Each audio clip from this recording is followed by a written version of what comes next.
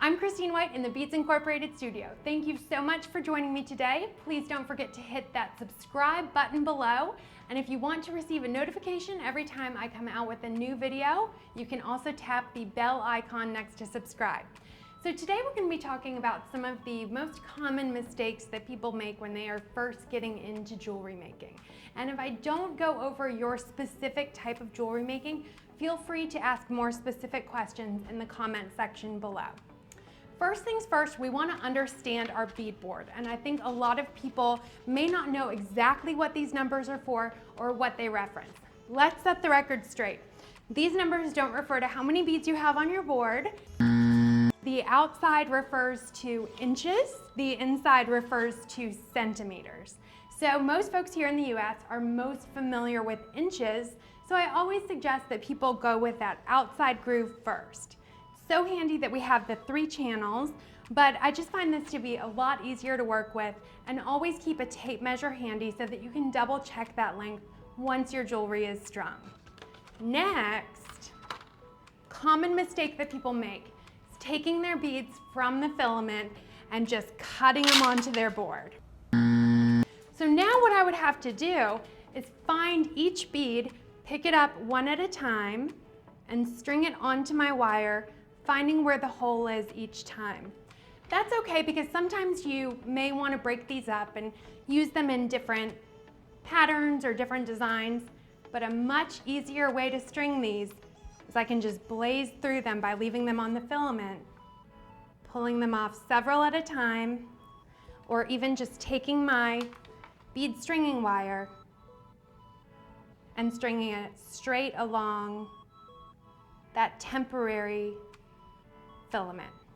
I know the idea of spending $10 to $25 on a spool of bead stringing wire is a little much, especially after you've already spent money on all those gorgeous beads, but I cannot emphasize how important it is to invest in quality stringing wire. Think about it, it's like building a beautiful home and paying no attention to the foundation.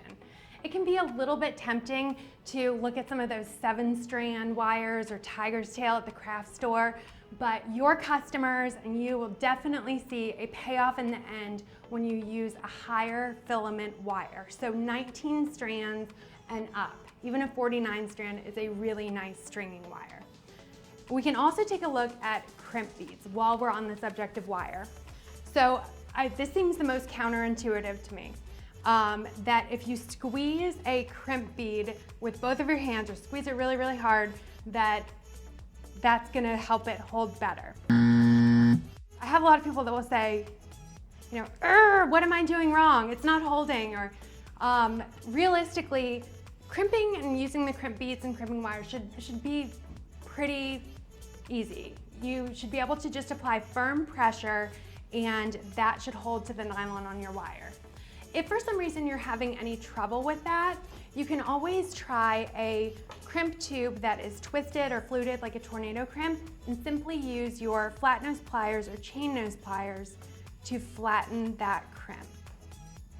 Another common mistake that people will make is shying away from trying out wrapped loops on head pins and chain linking.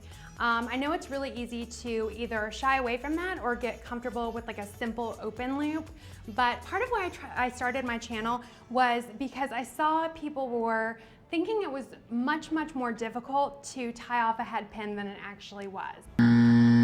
So many of the tutorials and guides out there have you doing this like 5-step process that can be incredibly daunting, but it doesn't have to be. And once you know how to do this, it really becomes such a neat skill to know how to do, and really takes your jewelry making to the next level.